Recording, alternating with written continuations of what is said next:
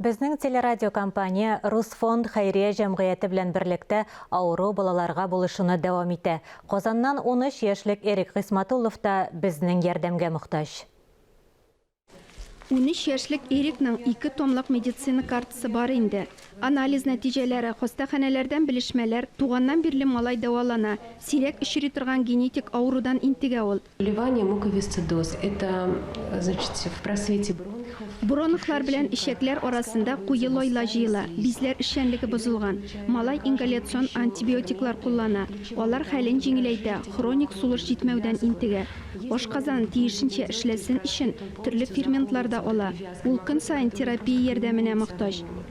Балага гомере буена терапия курслары узарга кирәк. Бу турыда әнисе малай тугач ук белгән. Мы сдали кровь на скрининг и узнали наш диагноз. Без канны тикшергәч, шушы диагнозны белдек. Үпкәләрен дәваларбыз дип уйладык. Ауру белән озак көрәшергә туры киләчәк. Ингаляция һәм антибиотиклар малайның хәлен җиңеләйтергә булыша. Әлегә дәвалау курслары ел буена даими дәвам итә. Баланың дарусыз торган көне юк. Режим соблюдать довольно-таки тяжело, потому что встаешь рано, тебе нужно сначала сделать ингаляции, кинезии, потом кушать, потом делать надо уроки, потом опять делать ингаляцию, кинезию. Хәзер ул 7нче сыйныфта укый. Дөрес, мәктәп расписаниесе графикка ингаляция кертергә мөмкинлек бирми. Ә малай өйдәге укуга күчәргә теләми. Укырга, рәсем ясарга, малайлар белән бергәләп футбол уйнарга ярата. Тик кайчакта тыны кысылудан интегә. Он быстро просто устает, у него бывает часто одышка, долго бегать он не может, хотя он хочет, он любит играть в футбол. Это обычный ребенок, который... Тыны кысылып арый, аның да башка балалар кебек яшисе, укыйсы, туйганчы уйныйсы килә.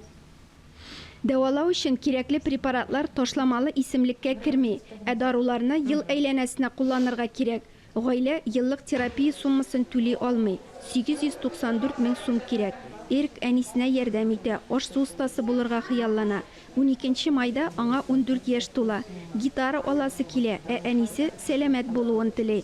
Хөрмәтле телевизор караучылар, гаиләгә без бергәләп булыша алабыз. Моның өчен 55-42 номерына дети сүзен язып SMS җибәрергә кирәк. Бер хәбәрнең бәясе 75 сум. Күбрәк өлеш кертергә теләүчеләргә тулырак мәгълүмат безнең телерадиокомпания һәм Росфонд сайтларында. Ләлә Зайнуллина, Полина Лисина, Татарстан яңалыклары.